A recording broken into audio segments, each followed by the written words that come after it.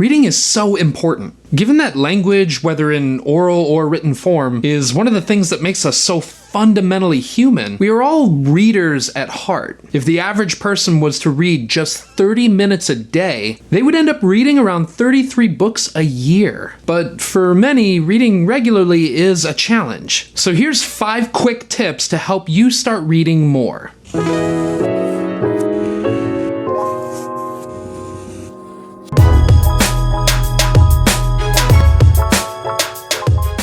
It's all about habit forming. Implementing these 5 tips will help you get on track with reading more consistently. Number 1, choose a time of day and set that aside to read. Be intentional, not passive. Reading at the same time of day will help you reinforce the habit. Personally, I prefer mornings because mornings are generally more consistent and controllable. Not to mention, your mind is strong and active earlier in the day. If you have a hard time focusing, reading earlier in the morning might really help. If you're a night owl, maybe consider going to bed just 30 minutes earlier to actually set aside that 30 minutes when you wake up to read. Number 2, make sure your environment is conducive to reading. Read somewhere that isn't too loud but also isn't totally silent. Crack a window open or play music with no lyrics on a low volume in the background. A totally silent environment will still have sounds, but those sounds won't be consistent and they'll become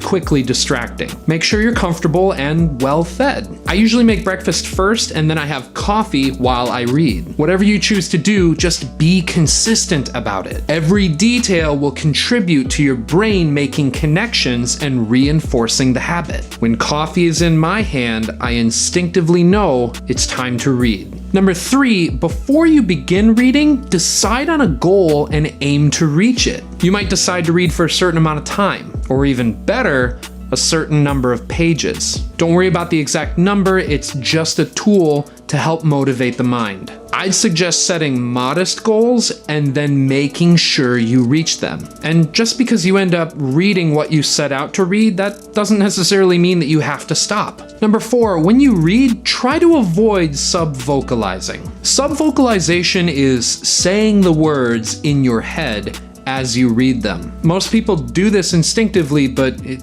dramatically slows down your reading pace. It's a tough habit to break, but if you can stop subvocalizing, you'll notice your reading speed and focus increase. And if you're really struggling with this, try pressing your tongue to the roof of your mouth while reading. This physical distraction prevents subvocalization. And number 5, the last tip for consistent reading is called gliding. Take a sheet of paper and cover the sentences as you read them. This prevents you from going back and rereading something that you've already read. Sometimes people get stuck somewhere because they're trying to understand something, especially with more difficult topics. But it's actually better practice to continue reading and keep up that pace. If there's something you've missed or don't understand, don't worry. Often the greater context of the paragraph or the chapter will provide you the answers you were looking for. And if using a piece of paper is too distracting, try using a highlighter or your fingertip.